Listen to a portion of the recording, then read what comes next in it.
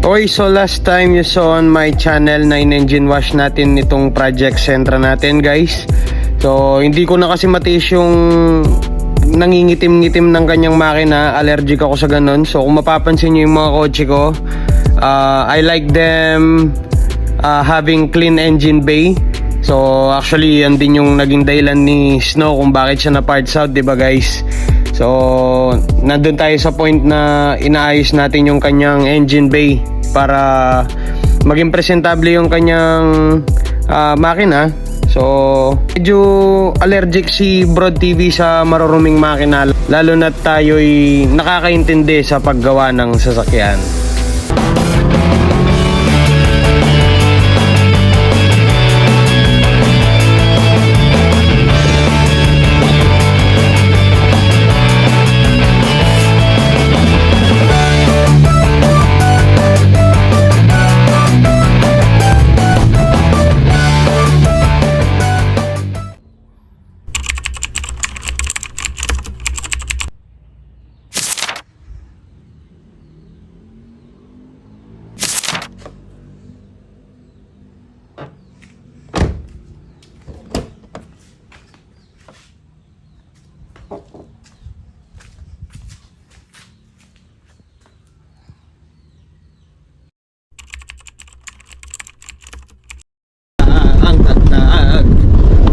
Ang hirap mag-project car.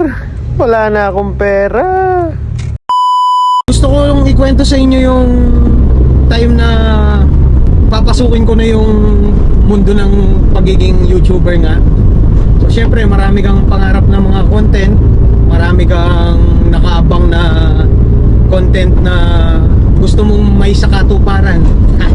Salim na Tagalog yun ah.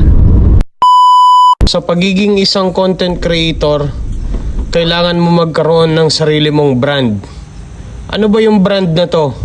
Ito yung tipong pag sinabing ganito, maaalala ka nila.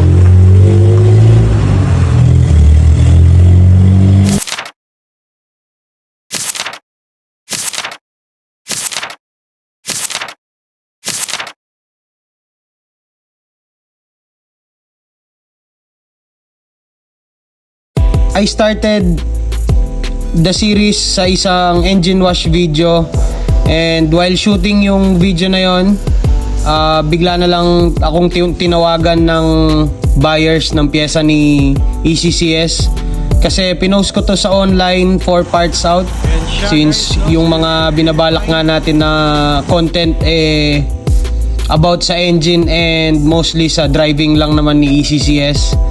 And after kong ma-shoot yung engine wash video natin, biglaan akong pinuntahan ng ating mga buyers.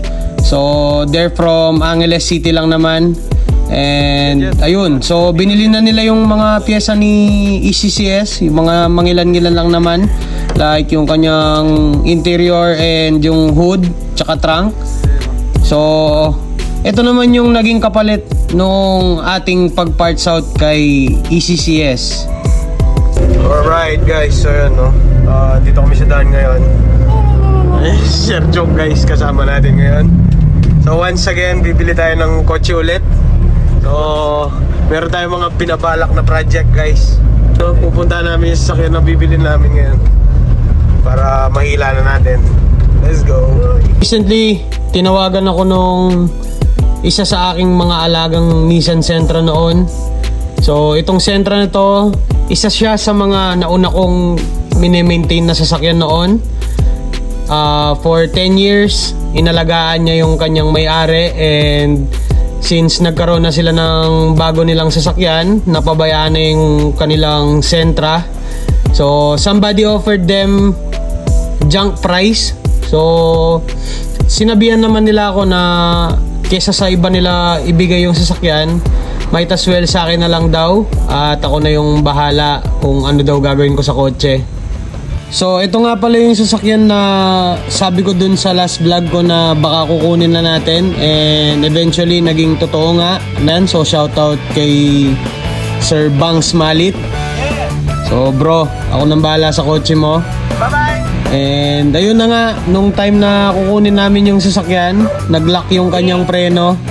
And for the last time, parang ayaw pa yata gumibap ng sasakyan kay other Mark.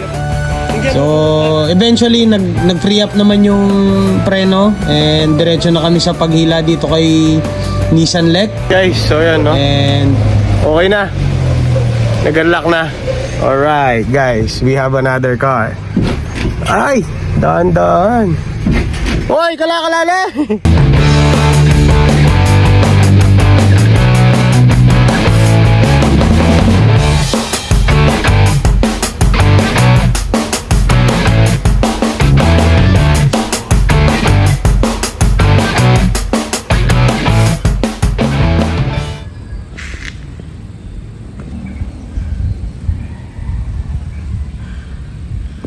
Okay, so yun guys, no, bali gusto ko ipakita sa inyo yung nabili nating bagong sasakyan ngayon, yung Nissan Sentra na hinila natin kagabi.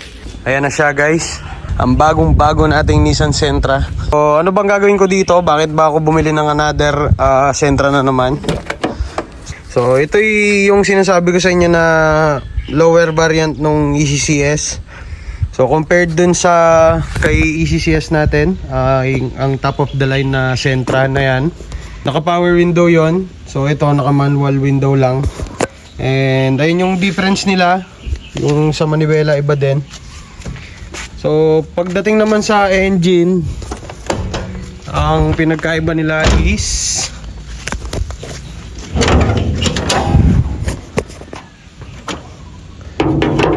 ayan.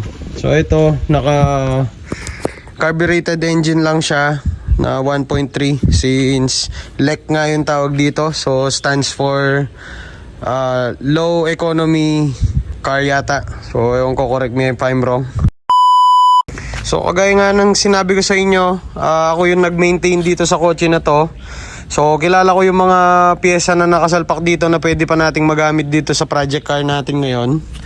So, bakit nga ba binitawan? So, hindi naman siya kasi project car ni Sir Banks. Isa tong family car na maintain talaga nila para maidala nila yung pamilya nila from point A to point B.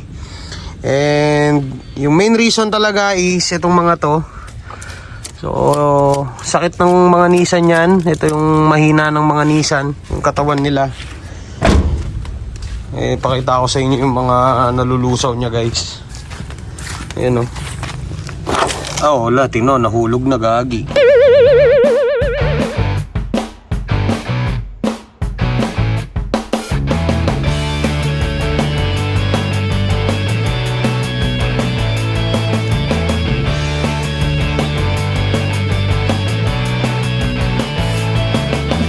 So basically, we just bought another car for parts. So yung mga pyesa na pagkikinabangan ko dito, gagamitin natin lahat doon. And yung mga hindi natin pagkikinabangan, syempre, pagkakapirahan natin yan to save money sa mga nilalabas-labas natin pagkat wala na talaga tayo. Nag-i-invest na tayo guys sa mga video na nilalabas natin. Even si Uno, hindi ko pa siya mailabas sa inyo ngayon sa YouTube kasi currently guys, binabayaran ko pa rin talaga siya. So I'm already at going 60% na dun sa pagkakabayad ko dun sa kotse. Kaya konting-konti na lang dun sa about kay Uno. I-showcase din natin si Uno sa ating channel. Syempre since yan yung ating daily beater talaga.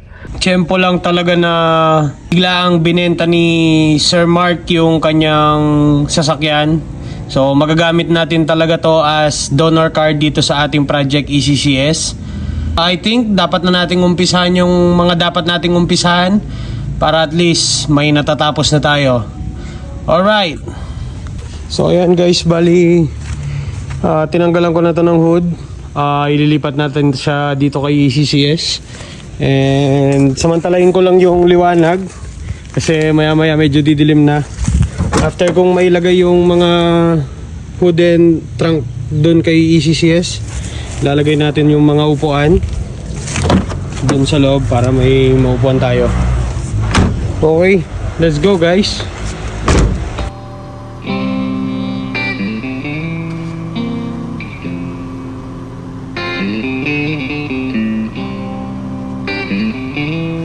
So about dito kay CCS guys, again, maandar naman to.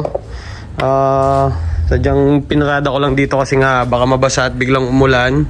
Wala na siyang hood and trunk. So pandarin na natin siya. Ay abante ko ng konti, arrange natin. Dito tayo sa kabila dumaan. Ay,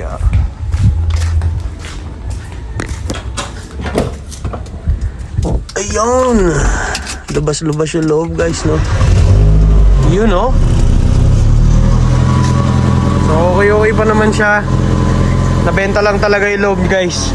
So medyo mag-arrange lang ako dito ngayon para may salpak na natin yung mga dapat isalpak sa kanya guys. Let's go!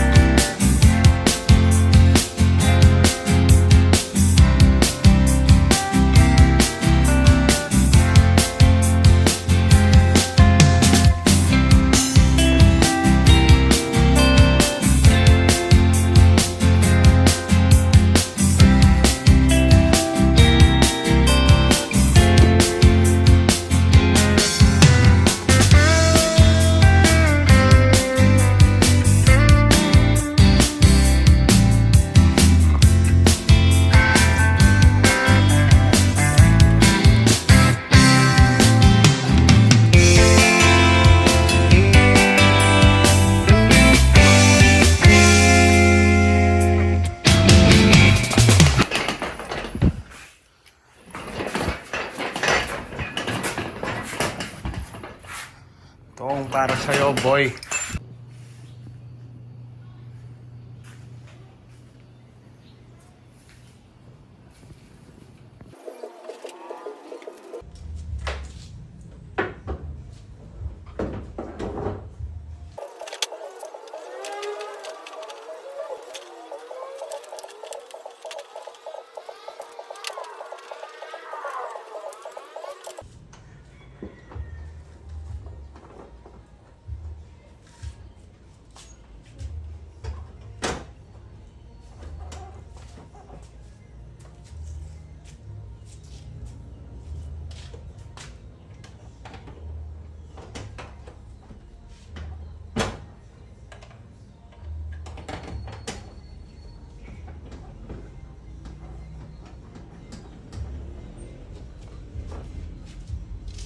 And that's it guys.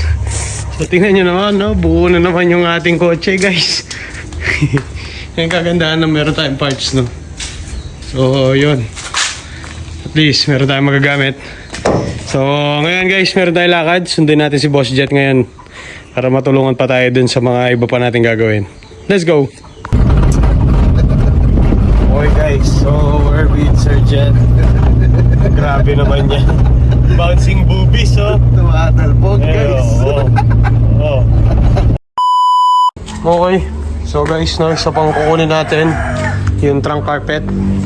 So nabenta din yung kay ECCS. So kunin natin yung dito kay LEC. Yung! Diba? Sarap ng kompleto ang pyesa, guys. Walang kahirap-hirap. Original na stylish, oh. Kaya lang lusaw na. Grabe yung mga nalulusaw nitong coaching to, guys, oh. Dali natin to doon. Alright. Sarap ng kompleto ang pyesa, boy.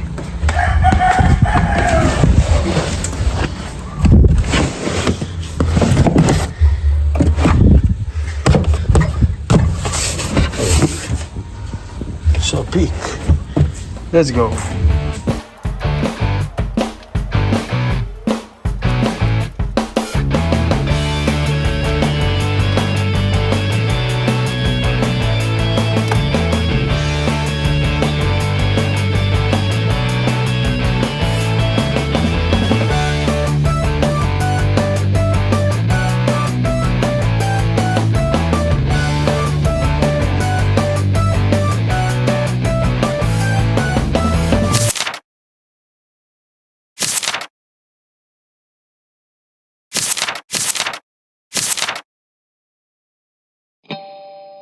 And that's it. So isa na namang sentra yung tinagpian natin ng katawan, guys.